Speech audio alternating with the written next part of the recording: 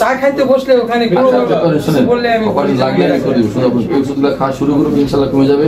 তো গরুর গোশত এত খাওয়া যাবে না, প্রতিদিন তো খাওয়াই না, হয়তো 7 দিন 8 দিন 10 দিন পর অতিরিক্ত, মানে ঈদের সময় একটু বেশি খাওয়া যায় না, মাসে 2-1 দিন খাওয়া যেতে পারে না, মাসের মধ্যে ওই দৈনিক খাওয়া যাবে না, দৈনিক মাংস বেশি না, দৈনিক না এই বাড়ির তো মুরগি আমার মনে 20-30 রুটি আব্বার মতো হচ্ছে, আব্বার খেতে হবে। আমি এখনো আমার 17-18 লাগে রুটি, আর এত রুটি এখনকার মেয়েরা তো পাকিস্তানে না, আমার বিবি যদি আমরা মাথা আচ্ছা রুটি যদি বানায় মনে করবেন যে রুটি খাচ্ছি, রুটি হচ্ছে মোটা, এমন রুটি মনে হবে যে খাওয়ার মতো রুটি, এত টেস্টফুল, এত সুন্দর করে বানায়। গোশ যদি পাক করে মনে হবে যে গোশ খাচ্ছি। আমরা কবে যাব বলেন, আপনার বাগান দেখতে যাব। ঠিক আছে, ব্রাদার বাগান আমি একজন কৃষক মানুষ, উনি কিন্তু আমার ভাই, এমন কিছু নাই যে ফসল করি না, এমন কিছু নাই। বাগানে যাওয়া লাগবে, বাগানে যাওয়া লাগবে। সবজি তুমি কি আবাদ করেন? সবজি ইনশাআল্লাহ কয়টার কথা বলবো? পটল নেবেন, পটল, মরিচ নেবেন, করলা নেবেন, এখনো করলা তুললে অন্তত 10 মণ হবে। আমি সব করলা যদি আর সেই পটল তুলি নিচে হলো 4 মণ। আপনার হচ্ছে মানে টমাটো এবার গরু খাওয়াছি মনে মনে। আমার গাভী আছে 2 না 4 মাসের বাচ্চা, এরকম জুয়ানের কামলায় আমাকে চটকে ফেলে দেয়। দুধ আজকে ওর জন্য সকালবেলা ভোরে দুছি, খাওয়াইতে পারিনি, এই 2টা ভাত দিয়ে দিই, 2টা ভাত। ওই গায়ের হইতে দেখলাম 7টা ছিল, এখন 4টা আছে। আচ্ছা আচ্ছা, তারপর আর কি আবাদ ঢেঁড়স আছে না? হাই রে আল্লাহ, ঢেঁড়স, চিচিঙ্গা, চিচিঙ্গা কয়টা বলবো? এখন চিচিঙ্গা লাগা হবে না, চিচিঙ্গা নাই। এখন আমার গাজর গাছ সব মরে গেছিল, আবার নতুন করে পানি দিছি, সব গাছ ঠেলে উঠছে। তারপরে গাজর আছে? হ্যাঁ আছে গাজর, তাহলে খাওয়া হবে? অবশ্যই হবে, কিন্তু বড় হয়নি। মাটিটাতে আমি সেই সময় যত্ন করতে পারছিলাম না। আমি একটু মানে অন্য জায়গায় গেছিলাম, খুলনাতে গেছিলাম। খুলনা আমার স্ত্রীর বাপের বাড়ি। আমি খুলনাতে বাবার উপর রাগ করে যাই।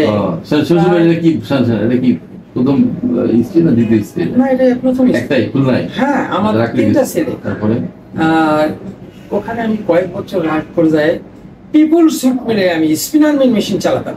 ও খুলনাতে? হ্যাঁ। কার উপর রাগ করে গেছিলেন? আমার বাবার উপরে।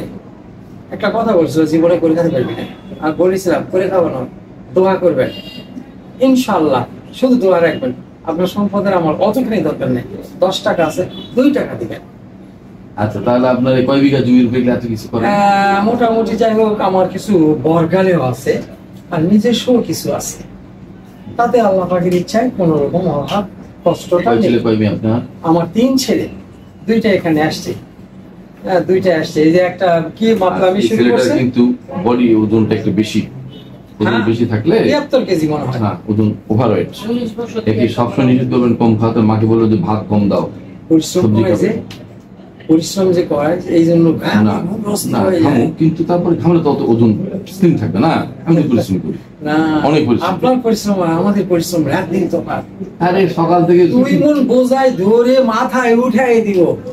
ছেলে কি মনে করেন এইরকম 3-4টা 5টা ছেলে একসাথে লাগবে, একটা করতে পারবে না।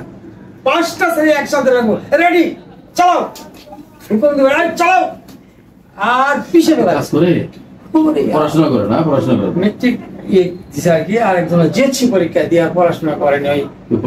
ওই শখ, আব্বা আমি পড়াশোনা করবো না, আমি ইয়েকে যাবে, বাহিরে যাবে, দেশে বাইরে যাবে। ওই গাড়ি চালা কমপ্লিট করছে, হাত ইয়ে গাড়ি আপনার হচ্ছে ডিস্ট্রিক্ট